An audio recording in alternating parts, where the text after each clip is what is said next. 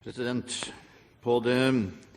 i de år Norge hadde økonomisk høykonjunktur sist, så var polske arbeidstagere en vesentlig gruppe som berget oss gjennom høykonjunkturen, uten vesentlige pressproblemer. På det meste var trolig over 100 000 polske arbeidstagere til stede i Norge, ved siden av arbeidstagere fra våre nordiske naboland og fra de baltiske land. Utgjorde dette en gruppe som var helt nødvendig for å kunne mestre de utfordringer som høykonjunkturen meldte for Norge, og uten at vi har fått varige problemer som ofte melder seg etter en høykonjunktur, med et press i økonomien.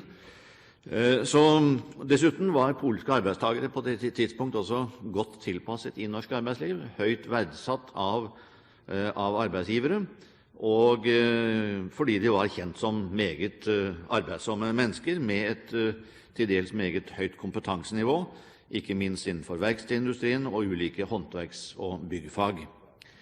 Nå er den perioden med høykonjunktur over, og per i dag så er det per januar i 2010, altså for et år siden, så er mine siste tall tyder på at det er vel 52 000 polakker nå folkeregistrert i Norge.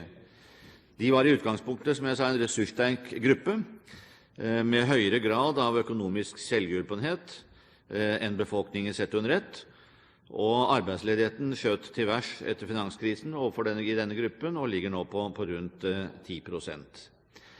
De personlige erfaringer jeg har i dialog med det polske miljøet, ikke minst her i Oslo-området, så pekes det på ett problem, nemlig mangel på språkopplæring som en hindring for å få jobb.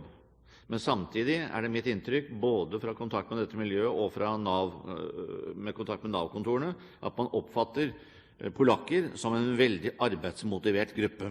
Altså det er folk som vil ha jobb, men selv om vi nå er inne i en økonomisk god tid igjen, ikke minst innenfor de bransjer hvor de var høyt representert tidligere, så har de problemer med å få jobb. Og bakgrunnen er at mange av de kom til Norge på kort tid i en høykonjunktur og hadde tatt sikte på å bli her en 2-3 år, tjene penger tilbake og så reise tilbake igjen selv, og derfor ikke la vekt på den annen språkopplæring enn den man fikk på jobben. Den kan være verdifull nok, men kanskje ikke tilstrekkelig, i særdeleshet også hvis man skal bytte bransje og arbeidssted. Som EØS-borgere har de hverken rett eller plikt til norskopplæring. Når de 2-3 årene hadde gått, så innså mange at de ikke hadde noe å dra tilbake til, selv om den økonomiske utviklingen i Polen har vært bra, også gjennom finanskrisen faktisk, så er arbeidsledigheten der fortsatt betydelig. De hadde også bygget seg opp et liv i Norge, og hadde også opparbeidet seg sosiale rettigheter, og mange valgte derfor å bli. I dag vet vi at Nav tilbyr, gjennom kjøp av tjenester i privat sektor, yrkesrettede voksenopplæringstjenester. Det tilbys også noe man kaller kvalifisering og formidling av arbeidssøkere med polsk som morsmål. Dette er et opplegg hvor språkopplæringen da kombineres med praksis i arbeidslivet, og hvor språkopplæringen er spesielt rettet inn mot arbeidsliv, og ikke en sånn generell språkopplæring. Så de virker mer motiverende, og inntrykket mitt er at den pedagogikken fungerer godt. Men dette tilbys i dag, så vidt jeg er kjent med, bare i Oslo og Akershus. Og problemet er at etterspørselen er langt større enn tilbudet. Så min utfordring til statsråden er følgende. Jeg er klar over at dette er EØS-borgere, og de har ikke krav på språkopplæring. Men det å få folk ut av arbeidsledighetskøen, det har jo en dobbelt gevinst.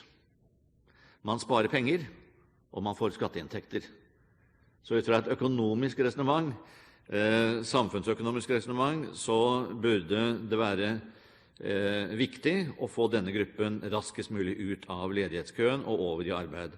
Nå er også den økonomiske situasjonen slik at arbeid tilbys i økende grad, og dette er folk som ofte da har, uten unntak, har de jo yrkeserfaring fra Norge. Så mitt spørsmål til statsråden vil være, eller min utfordring til statsråden vil være, kunne man ikke gjøre dette til et obligatorisk tilbud? Det høres ut som en motsetning, for et tilbud skal jo ikke være obligatorisk, men altså, poenget her er at den som skal tilby det, ikke gjør det, og det er flere som vil på disse kursene enn det er muligheter for. Så jeg er klar over at man kan ikke tvinge folk til å gå på kurs, men det tror jeg er et teoretisk problem i denne sammenheng, for her er det folk som gjerne vil få språkopplæring og gjerne vil i jobb, men Nav makter ikke å tilby dette i tilstrekkelig grad. Så det er mitt spørsmål til statsråden, om ikke dette er en gruppe hun vil se på spesielt, med sikte på å tilby mer tilrettelagt språkopplæring for å få de ut i jobb igjen.